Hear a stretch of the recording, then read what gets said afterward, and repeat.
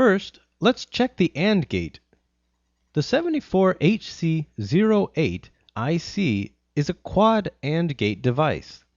This circle can be found on any integrated circuit chip. It tells you that pin 1 is right next to it. From that point, you can count out the identification of each pin as you see on your screen. For the logic ICs we'll be using, pin 7 is always ground, and pin 14 is always plus 5 volt VCC. The 74HC08 IC has 4 AND gates inside of it, with each of the inputs and outputs connecting to different pins on the IC.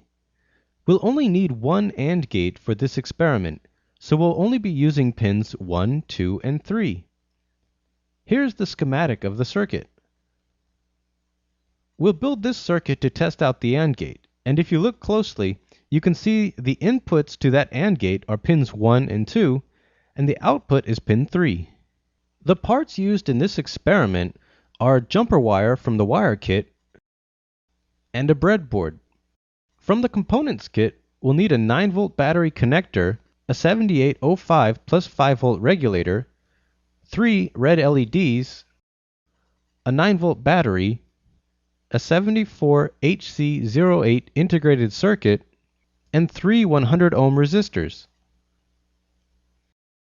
So let's set up our experiment. We're going to want to run everything off of plus 5-volt power, so we'll use a 7805 voltage regulator at the top of the breadboard. Here, pin 1 connects to the plus 9-volt connector's input, the red wire. Pin 2 connects to the plus 9-volt connector's ground, the black wire. And pin 3 is the plus 5-volt output from the 7805.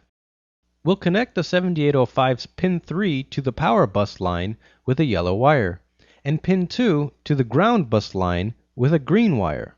2 red wires connect the plus 5-volt power and ground to a second bus line on the breadboard. The 74HC08 AND gate IC will be placed in the middle. Notice that it fits perfectly. Breadboards are designed to be used specifically with these type of PDIP integrated circuits. Connect plus 5-volt power to pin 14 and ground to pin 7. And now we're ready to test the AND gate. To confirm the truth table, we'll need to give the AND gate 2 input signals and view the output. As per the schematic, we'll connect 3 100-ohm resistors to the AND gate at pins 1, 2, and 3, and then connect each of those resistors to an LED that goes to ground. These 3 LEDs will represent the 2 inputs to the AND gate and the 1 output from the AND gate. If an input or output to or from the AND gate is a logic 1, the LED will turn on.